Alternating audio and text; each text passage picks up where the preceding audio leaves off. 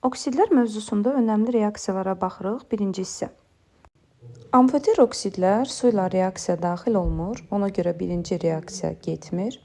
İkinci reaksiyada dəmirin 2 valentli duzu alınır, yəni dəmir 2 xlorid.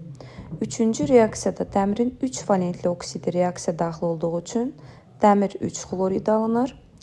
Dördüncü reaksiyada dəmirin qarışıq oksidi reaksiya daxil olur. Ona görə həm dəmir 2 xlorid, həm də dəmir 3 xlorid alınır. Beşinci reaksiyada dəmirin 2 valentli oksidi reaksiya daxil olur. Ona görə də dəmir 2 sulfat alınır. Altıncı reaksiyada dəmirin 3 valentli oksidi reaksiya daxil olur. Ona görə də yenə dəmir 3 xlorid alınır.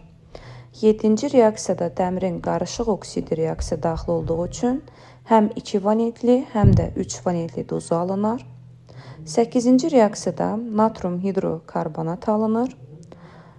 Deməli, 9-cu reaksiyada kalsium oksid və karbon qazı, 10-cu reaksiyada silisium 4 oksid və su alınır.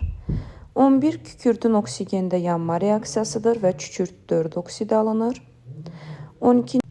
12-də dəmirin qarışıq oksidini soruşur. Dəmirin qarışıq oksidi dəmir 3O4-dür. Azotun turşu oksidləri. Azotun turşu oksidləri azot dioksid, diazot trioksid və diazot pentoksiddir.